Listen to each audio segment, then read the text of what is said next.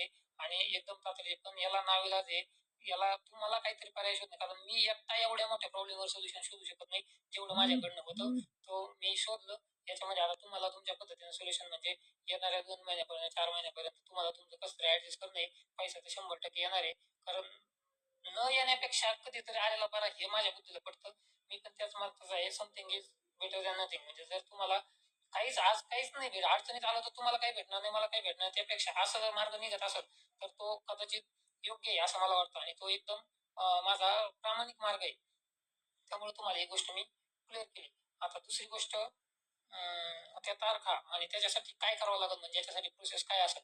तर याच्यासाठी जी प्रोसेस असेल म्हणजे तुमची टोटल रक्कम आणि तुमचे बँक डिटेल काय जी सगळी डेटा माझ्याकडे आहे, ती फक्त मला प्रोसेस करण्यासाठी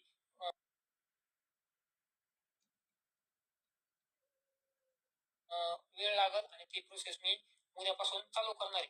फक्त याच्यामध्ये जर मला असा रिस्पॉन्स आला की हा कोणाला मान्य नाही आहे किंवा याच्यावर प्रतिक्रिया चुकीच्या यायला लागल्यात किंवा काहीतरी वेगळं घडायला लागलंय, तर त्याच्यामध्ये माझा जर वेळ गेला तर खरोखर तुम्हाला सांगतो मी पुढच्या लाईव्ह सेशनमध्ये तुम्हाला सांगत की मला असा त्रास होतोय वगैरे.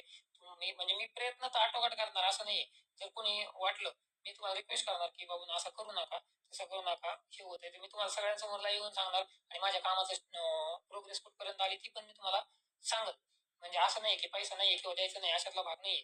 पण जर मला अडचणी यायला लागल्या आणि तुमच्याकडनं माझ्याकडून अडचणी मी जे स्ट्रक्चर ठरवलेलं आहे ते मी 100% इम्प्लिमेंट करणार. त्याच्यासाठी मी सगळं नियोजन केलेलं आहे. फक्त मला जर कोणाकडनं अडचण आली तुमच्याकडनं की नाही बाबा मला नाही जमत, मी असं करणार, मी तसं करणार, मग मला त्या गोष्टीला तोंड देणे. आणि विषय असा आहे, तुमचे पैसे माझ्याकडे म्हणून मी तुम्हाला अगेन्स्ट तुमच्या तोंड देऊ शकत नाही. मला तुम्हाला त्या गोष्टीसाठी सहकार्य करत नाही.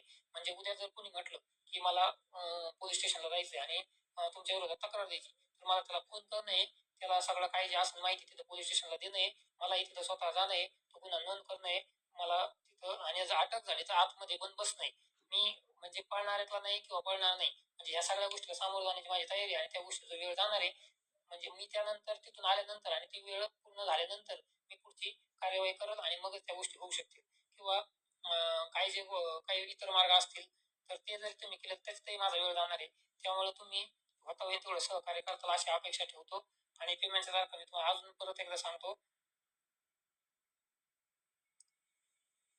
20 सप्टेंबर 2024 ह्या तारखेपासून आपले पहिले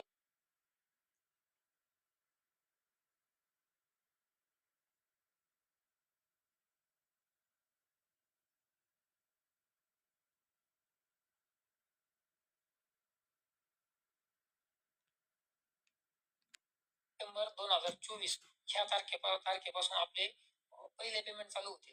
म्हणजे त्याच्यामध्ये तुमचे तिथपर्यंतचं व्याज आणि 25% तुमची मुद्दल रक्कम तुमच्या खात्यावर जमा होईल. हा दुसरी गोष्ट, एक तर खात्यावर जमा होईल किंवा तुम्हाला चेक मिळेल. पण आपण